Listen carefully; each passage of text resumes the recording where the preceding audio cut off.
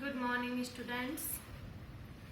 आज हम एक महत्वपूर्ण तथ्य के बारे में बात करने जा रहे हैं, महत्वपूर्ण नीति के बारे में बात करने जा रहे हैं और उसका नाम है राष्ट्रीय शिक्षा नीति। नई राष्ट्रीय शिक्षा नीति 1986। नई राष्ट्रीय शिक्षा नीति 1986 की आवश्यकता क्यों पड़ी जब राष्ट्रीय शिक्षा नीति 1968 का गठन हो चुका था। तो स्टूडेंट्स, नई राष्ट्रीय शिक्षा नीति बनाने की आवश्यकता इसलिए महसूस की गई क्योंकि जो राष्ट्रीय शिक्षा नीति 1968 बनी थी उसमें जो भी कार्य क्रियान्वित करने की योजना बनाई गई थी, सिफारिशें की गई थी, उनको कहीं ना कहीं उनमें कुछ कमी रह गई या उनको सही ढंग से लागू नहीं किया गया, या फिर हम ये कहें कि कुछ नया करने के लिए 1986 की जो राष्ट्रीय शिक्षा नीति है उसको बनाया गया। यानी कुछ ना कुछ या तो कमी रह गई या कुछ उसमें नया जोड़ने के लिए नई शिक्षा नीति का गठन है वो किया गया। तो स्टूडेंट्स, जब नई शिक्षा नीति बनी तब हमारे देश के जो प्रधानमंत्री थे वो स्वर्गीय राजीव गांधी थे और कांग्रेस की सरकार उस समय भारत में थी। तो राजीव गांधी ने अपने जो संसद का जो सत्र है उसमें जब ये बिल प्रस्तुत किया गया नई शिक्षा नीति का, तो उसमें जो मुख्य बातें हैं उनको लागू करने के लिए, जो भी सिफारिशें हैं उनको लागू करने के लिए एक क्रियान्वयन प्रोग्राम है वो बनाया जिसको 24 भागों में विभाजित किया गया। इस तरह से नई शिक्षा नीति को लागू करने के लिए राजीव गांधी ने ये नहीं कि जो अब तक चल रहा था उसी को चलने दिया जाए, या जैसे विभिन्न आयोग बने, जैसे राधा कृष्णन आयोग बनाया गया, फिर उसके बाद में मुदालियर आयोग आ गया, फिर कोठारी आयोग आ गया और उसके बाद राष्ट्रीय शिक्षा नीति का गठन हो गया और अब बात आ गई नई शिक्षा नीति की। तो अब नई शिक्षा नीति में क्या क्या होना चाहिए उसके बारे में राजीव गांधी ने, जो देश के प्रधानमंत्री थे, उन्होंने ये कहा कि अब इसको सही ढंग से लागू करने का समय आ गया है। ऐसे नहीं कि रोज नीतियां बनाते रहेंगे और उनका कार्यान्वयन हम ढंग से नहीं करेंगे। तो नीतियां बनाने से ही नहीं होगा, उस कार्य को सही ढंग से क्रियान्वित करने की आवश्यकता है वो महसूस की गई। तो आज हम इस महत्वपूर्ण बिंदु के बारे में बात करने जा रहे हैं।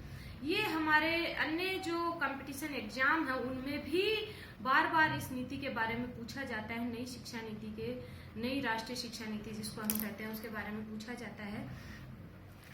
तो अब हम आज बात करने जा रहे हैं नई शिक्षा नीति 1986 की। तो नई शिक्षा नीति 1986 है, उसको हम राष्ट्रीय शिक्षा नीति 1986 भी कहते हैं। तो इस शिक्षा नीति का जो प्रारूप है वो किसने बनाया? तत्कालीन शिक्षा मंत्री केसी पंत ने इस शिक्षा नीति का प्रारूप है वो तैयार किया और उस प्रारूप को 12 भागों में यानी 12 खंडों में विभाजित किया गया। इस प्रारूप को 12 खंडों में विभाजित किया गया। इस समय देश के जो प्रधानमंत्री थे वो राजीव गांधी थे, मैंने आपको बताया, और यह बिल संसद में अगस्त 1986 को प्रस्तुत किया गया। ये ध्यान रखने योग्य बातें हैं जिनको हमें ध्यान रखनी है क्योंकि एग्जाम में पूछा जाता है बार बार। तो ये बिल संसद में अगस्त 1986 को प्रस्तुत किया गया और उसे लागू करने के लिए अलग से क्रियान्वयन कार्यक्रम बनाया गया जिसको प्रोग्राम ऑफ एक्शन का नाम दिया गया। POA जिसको हम कहते हैं, प्रोग्राम ऑफ एक्शन का नाम इसको दिया गया। और इस POA के कितने भाग थे? 24 भाग थे। तो POA को 24 भागों में विभाजित किया गया और शिक्षा नीति के प्रारूप को 12 खंडों में विभाजित किया गया। ये अलग अलग जो बिंदु हैं इनको ध्यान में रखना है कि POA क्या है और राष्ट्रीय शिक्षा नीति का प्रारूप क्या है। तो इनमें अंतर जो है वो हमें ध्यान में रखना है कि POA 24 भाग थे और राष्ट्रीय शिक्षा नीति 12 भाग थे। तो अब इसको किस उद्देश्य को लेकर इसका गठन किया गया? तो इस उद्देश्य के लिए जो माननीय प्रधानमंत्री जी थे उन्होंने अगस्त 1985 में एक शिक्षा की चुनौती नामक एक दस्तावेज तैयार करने के लिए कहा जिसमें उन्होंने सभी वर्गों से राय मांगी या सभी वर्गों से सुझाव मांगे कि हमें नई शिक्षा नीति में अब क्या करना चाहिए, किस चीज़ की हमें आवश्यकता है जिसको हमें करना चाहिए। तो माननीय प्रधानमंत्री जी ने जो शिक्षा की जो जिसका नाम दिया गया शिक्षा की चुनौती, इस दस्तावेज का नाम क्या था? शिक्षा की चुनौती। कब बना? अगस्त 1985 में।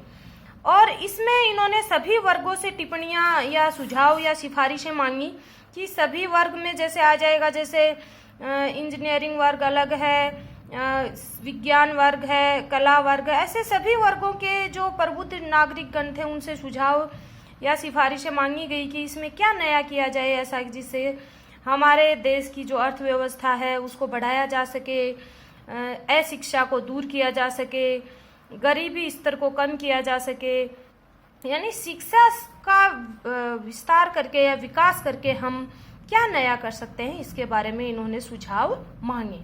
तो इसको शिक्षा की चुनौती नाम दिया गया।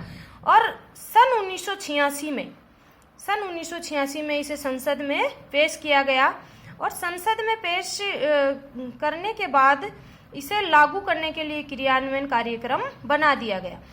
किस उद्देश्य से लेके इसको बनाया जा रहा था या किस उद्देश्य से लेके इसका गठन किया जा रहा था, क्योंकि राष्ट्रीय शिक्षा नीति तो बन गई थी 1968 में।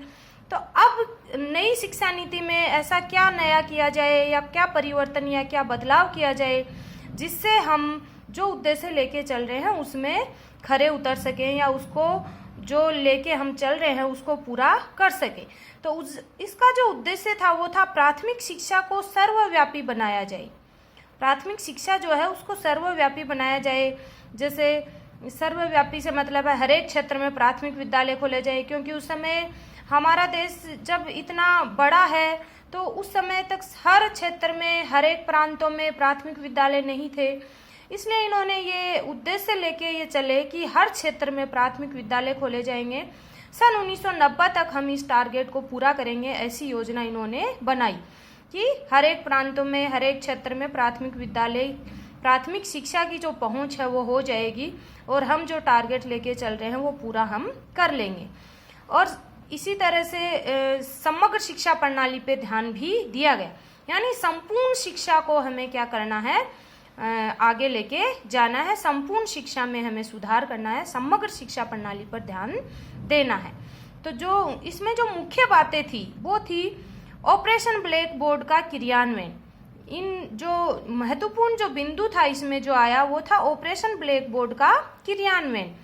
और साक्षरता दर जो 1986 में 36% थी उसको बढ़ाकर 2000 तक 56% करना, यानी साक्षरता दर जो लिटरेसी जो परसेंट था वो 1986 में 36% था, उसे अब बढ़ाकर 2000 तक यानी सन 2000 तक कितना करना था, लक्ष्य क्या था, 56% करना था, क्योंकि उस समय तक हमारे देश में शिक्षा की जो दर है वो बहुत कम थी।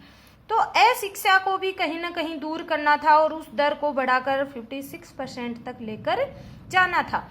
इन्हीं उद्देश्यों और इन्हीं मुख्य बातों के साथ इन्होंने इस पॉलिसी का गठन कर दिया। तो स्टूडेंट्स, अब हम इसके जो 12 भाग थे, 12 जो खंड हैं, उनमें क्या बातें कही गई, क्या लागू करने की बात की गई पीओए के तहत, प्रोग्राम ऑफ एक्शन के तहत, उसकी बात हम अगले वीडियो में करेंगे। धन्यवाद।